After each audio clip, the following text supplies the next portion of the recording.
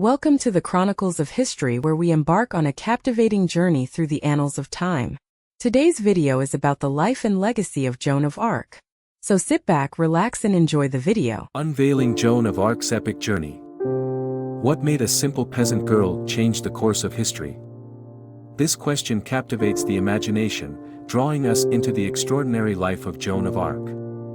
Her story is one of faith, courage, and unyielding determination against seemingly insurmountable odds.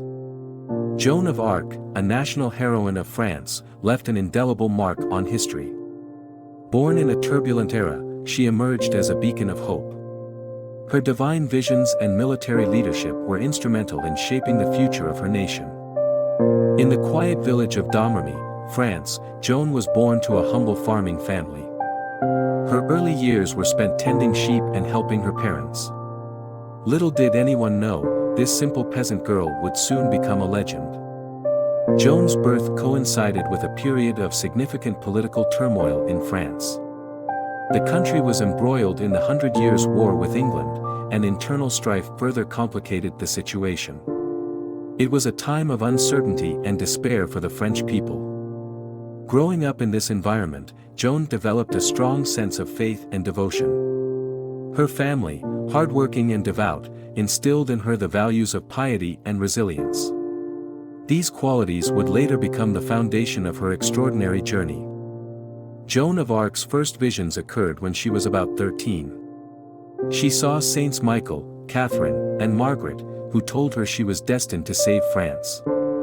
These divine revelations profoundly influenced her, instilling an unshakable sense of purpose and mission. The visions revealed a divine mission, urging Joan to support Charles VII and liberate France from English domination. Despite her youth and humble background, Joan's resolute belief in her divine calling set her on an extraordinary path few could have imagined. Determined to fulfill her mission, Joan sought an audience with the Dauphin, Charles VII. Convinced that he was the rightful heir, she believed her divine guidance would help him reclaim his throne and restore France's glory. Joan's journey to Vaucouleurs marked the beginning of her mission. She sought the support of Robert de Baudricourt, a local military commander. Initially skeptical of her claims, Baudricourt eventually provided the necessary support after witnessing Joan's unwavering conviction and sincerity. With Baudricourt's backing, Joan finally arrived at the court of Charles VII. Her presence caused a stir, and theologians were summoned to test her claims. Despite initial doubts, her deep faith and compelling visions gradually won over even the most skeptical minds. Joan of Arc's arrival at Charles VII's court marked a turning point. She faced rigorous questioning, but her unwavering faith and conviction impressed many. Despite initial skepticism, Joan's determination and divine inspiration convinced Charles to grant her command of his army. Joan's claims were scrutinized by theologians, who were cautious yet intrigued by her visions and resolve. Her piety and knowledge of the saints swayed their judgment. They ultimately endorsed her mission, believing her to be a messenger of God. With divine guidance, Joan played a pivotal role in lifting the siege of Orleans. Her presence reinvigorated the French troops, leading them to a critical victory. This triumph marked a significant turning point in the 100 Years' War. The victory at Orleans bolstered French morale and weakened English resolve. Joan's leadership and faith were seen as divine intervention. The win also solidified Charles VII's position, paving the way for further successes in reclaiming French territories. Joan's influence extended to the coronation of Charles VII at Reims. Her determination ensured his anointment, fulfilling her divine mission. This event strengthened Charles's legitimacy in united France under his rule, further embedding Joan's legacy in the nation's history. Joan of Arc's capture by the Burgundians marked the beginning of her tragic downfall. Betrayed and sold to the English, her fate was sealed. This pivotal moment stripped France of its most fervent and divine warrior. Facing a trial marred by political motives, Joan was charged with heresy, witchcraft, and cross-dressing. Her accusers, determined to break her spirit, subjected her to relentless interrogations, hoping to discredit her divine claims and military achievements.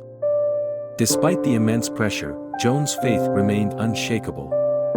She stood firm in her convictions, consistently affirming that her actions were guided by divine visions. Her resilience shone through, even in the face of potential death. The court, driven by fear and political agendas, condemned Joan as a heretic. Her sentence was grim: she would be burned at the stake. This brutal decision aimed to silence her influence and deter others from following her path. On May 30, 1431, Joan of Arc met her tragic end in Rouen.